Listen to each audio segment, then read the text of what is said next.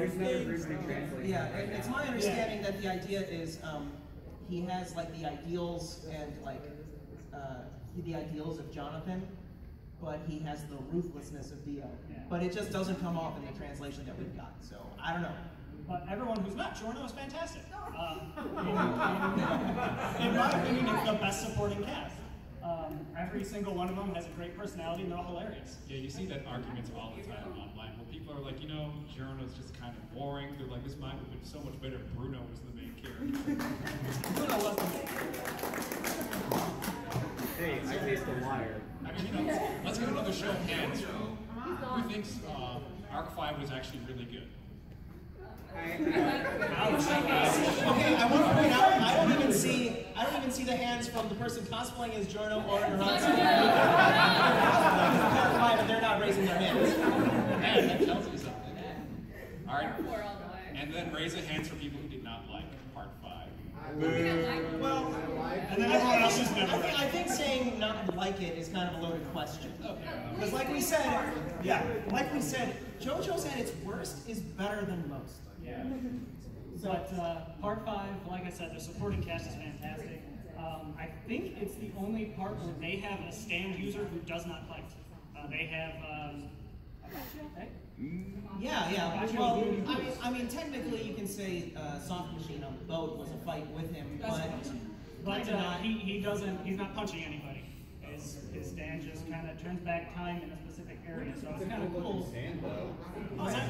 It's a cool looking stand. Oh yeah, it's definitely a cool stand. I think that's your favorite fight, isn't it? From Part 5, that might be. Oh, we got someone raising their hand. Oh yeah. So I'm confused. How does King Crimson work?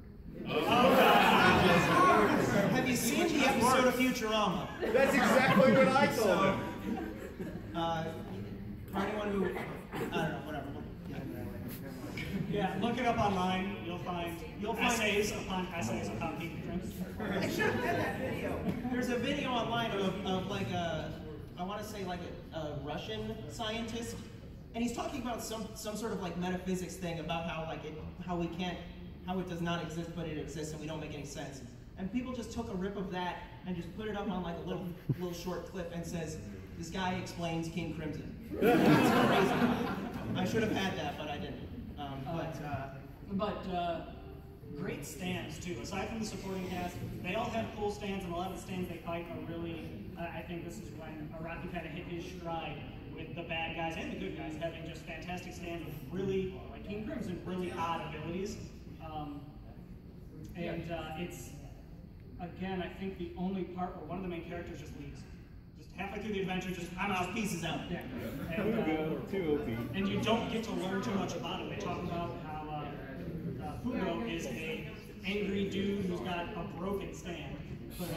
And you just kind of pieces out of him. We'll get into that later. Yeah. I think I know what you're. He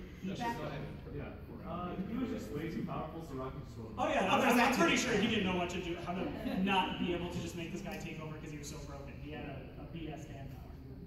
Yeah, for anyone who doesn't know, this guy, his stand basically would release like a virus. So Araki was like, yeah, this is kind of broken, and it's like a virus gas that will just instantly kill people. So he's like, how can I work this in my store? But typical Araki fashion, he's like, you know what, let's just chuck it out the window and forget it. Let's just put him on a boat, or rather, let's have him not be put on a boat. Over there? Do you think he could have killed Notorious B.I.G.? Well, technically, the guy who used Notorious B.I.G. did get killed, like immediately. Yeah, ASAP. Oh, that's another note again, because I love JoJo, but when he gets to like the canons and the rules, because like Arc 3 specifically says that, hey, you know what? Stands exist, by the power of the user. So if the user dies, the stand dies as well. And yeah, it's a pretty ironclad rule. And this is like, oh, by the way, this guy, he died, his stand continues to go on forever. No, he dies to activate his stand. It's even worse. He can't use it unless he gets killed. Yeah, it was actually in Arc 4 before that. There was a stand which is like, hey, this grabs onto your back. Yeah, cheap trick. Cheap trick, yeah. Cheap trick. And it's like, oh, it dies, and it just transfers to another user. So again, Araki's like, yeah, did I have a rule somewhere written that the stand dies when the user does it, or whatever? Well, you have to break that in Part 3 with Anubis immediately, though. But Anubis possesses somebody, so he kind of has a user? I don't know. Again, just breaking rules. The same part he makes. Honestly, what's important is that he breaks the rules to make things entertaining. Yeah. It does just work. That's it. With the telephone pole guy, with his stand going, Yeah. we're on the telephone pole, yeah, that's what they, and two, why aren't we talking about Polar after Polar reference. Because that's a huge spoiler. Yeah, I mean, we simply talk about spoilers, but we're not just going to talk about spoilers. We could just keep talking about how horrible animals are treated in JoJo's. That's a whole nother panel. It's a whole very friendly manga. Dog gets kicked in the face. So this was also made into a PS2 beat 'em up game by Capcom in Japan. Yeah, that's about all I have to add. Yeah. Thanks to Francis lawyers, we never got it in the U.S. I only have one last thing to add about this. So does anyone speak Italian? No, close enough. So I don't speak Italian myself, but I was reading online how someone was like, I speak Italian, and he's like, I could not take Part 5 seriously at all because every character is an Italian name, which is just basically food. So it would be like Narantia is basically Italian for orange, right? Yeah. Another person's like, oh, this is the Italian word for like chocolate or strawberry. So like, it's Dragon Ball Z. look, there you go. Yeah, it's Italian Dragon Ball Z. I'm sure there's a term. Really, isn't that all of JoJo's? Is just Italian Dragon Ball Z? So, In the West. Araki has a big hard-on for Italian stuff. Anyway, moving on. Part 6, Stone Ocean.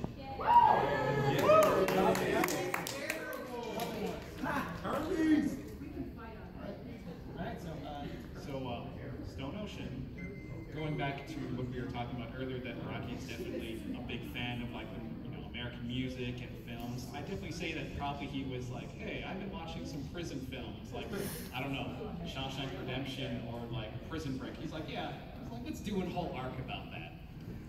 So Stone Ocean is the first, it's the arc where the main character is now a female character. And spoilers, if anyone, she is basically the daughter of Jotaro. And Stone Ocean, the main character, what I really like about it is that basically Jolene is, what would you get if you took Joseph, who had his stand but was not lazy? Because the thing is, people are always like, man, Star Platinum is so broken, Star Platinum just punches things, it's so awesome. Joseph's stand is so lame, it's just this bunch of vines, it's really lame, whatever. But I've seen lots of arguments online where they're like, you know what, Joseph had the perfect stand. He basically had a stand where, what does Joseph do? He uses the ripple, and he uses like, string and things to do tricks. So he's Let's give him a stand that is just infinite rope. Yeah, let's give him a stand that is infinite rope and can channel the ripple. But he's like, yeah, I'm old, I'm lazy, I haven't been training, I'm not gonna use the stand up. This Jolene is basically Joseph with a stand that is made of string, and it's the trickiness of Joseph using that string. She doesn't have the the raw destructive power of her father, but she makes up for everything in terms of tricks, using these strings and just mind-boggling things where you're like, whoa, how did someone even think of that? So, definitely a great series. A lot of people don't really like it that much, though. And they're wrong! Yeah, Part 6 is fantastic.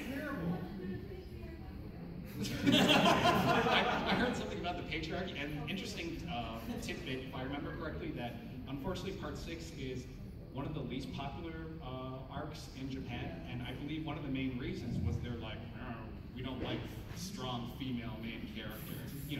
We like Lisa when she's a strong supporting character. She's a strong supporting character that actually really didn't do anything. Yeah. And it had to still be. I mean, Wired Beck got owned, ooh, but. But when we have like a main, they're like, we don't want this. We want, bring us back Jotaro. He's like cool, strong dude. Give us, cool, strong male characters. They're like, we don't want a strong female character. And if I'm not mistaken, the publishers actually fought with Araki about it, because he's like, you know what? He's like, I think it's time to make a strong female lead character. I'm going to do the story of Jotaro's daughter. And they're like, yeah, don't make the main character, female. Make it, Jotaro's like grandson. Follow the formula. He's like, no, I want to do a strong female character, and they're like, they kept fighting over it, back and forth. The Rocky's like, listen, I'm gonna do what I'm gonna do. But it seems that maybe his publishers were right, because if I'm not mistaken, Stone Ocean sold the least amount compared to all the other arcs. Which is kind of a shame, because Jolene, while being female, is also probably the most manly badass of all the JoJo's. I want to set myself on fire just to fight you. Online, it's always, who's the manliest JoJo? It's Jolene. Jolene's the manliest. And speaking of his publishers forcing him into things, I mean, Joe Taro kind of dominates the first few parts of Part 6. When he shows up, and a lot of the fights still involve him until Whitesnake does what he does to Joe Taro. But it's also interesting with Jolene is since Part 3, she's the first person who didn't have a stand. When it starts out, she's just a person. She gets her stand during Part 3, which is kind of interesting. Part 6. But yeah. And that's because they started diving into the meteors and alien stuff and the bow and arrow, but they didn't really get into it until Part 5 and 6. So it was interesting to see Jolene starts out as just a normal person. She got home in prison. Wasn't the bow a plot point in Part 4 though? Well, yeah. Well, they hardly talked about it. Part 5, they really opened up about it a lot more. Part 3 was like, hey, these people, they have stands, following the Tarot system, the Hermit, the Tarot, sorry. And then they're like, oh, all those, villains are dead. Let's just make some more. Yeah, using Egyptian gods. They're using the Oh, we Egyptian ran out gods. of Egyptian gods? Vanilla ice, let's go. Let's do fun. Ice cream, yeah. So then we get to Arc 4, and it's like, hey, there's this town that's filled with stand users. Where did all these guys come from? And he's like, oh yeah, there's totally this arrow that gives people stand powers. I forgot to mention that in like Arc 3. Yeah. Actually, if you watch the anime, I think it was the most recent episode. The last episode of the Part 3 anime actually, in a shot where Vanilla Ice is talking to Dio, you'll see in the background the bow and arrow. That's great. They also kind of did more stuff like that. Like, for example, there's a scene going back to the Part 3 anime where Dio is talking and he's got a bird on his shoulder. In the manga, it's just a bird, but in the anime, it's a headshot. And then, of course, there's also them editing the star birthmark onto Joseph in the Part 2 anime. But I digress. All right.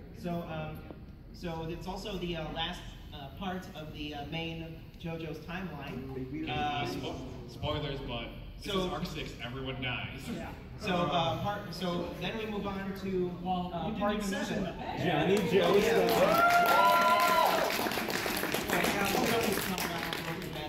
Yeah. Because now we're moving on to Steel Ball Run. So this is kind of like a new timeline, an alternate universe. And originally, it wasn't really clear if it was actually part of JoJo's Bizarre Adventure. It was just kind of listed as Steel Ball Run. And there just happened to be a guy named Gyro Zappelli who was the main character. And there was a guy named Johnny Joestar following him around. But partway through, it got switched over and confirmed as this is actually JoJo's Bizarre Adventure, and the main character is actually Johnny. And it's also kind of interesting because this was partway through this series, they switched to a monthly system. He got moved to Ultra Jump as opposed to Weekly Shonen Jump. So it was an Ultra Jump was a monthly magazine with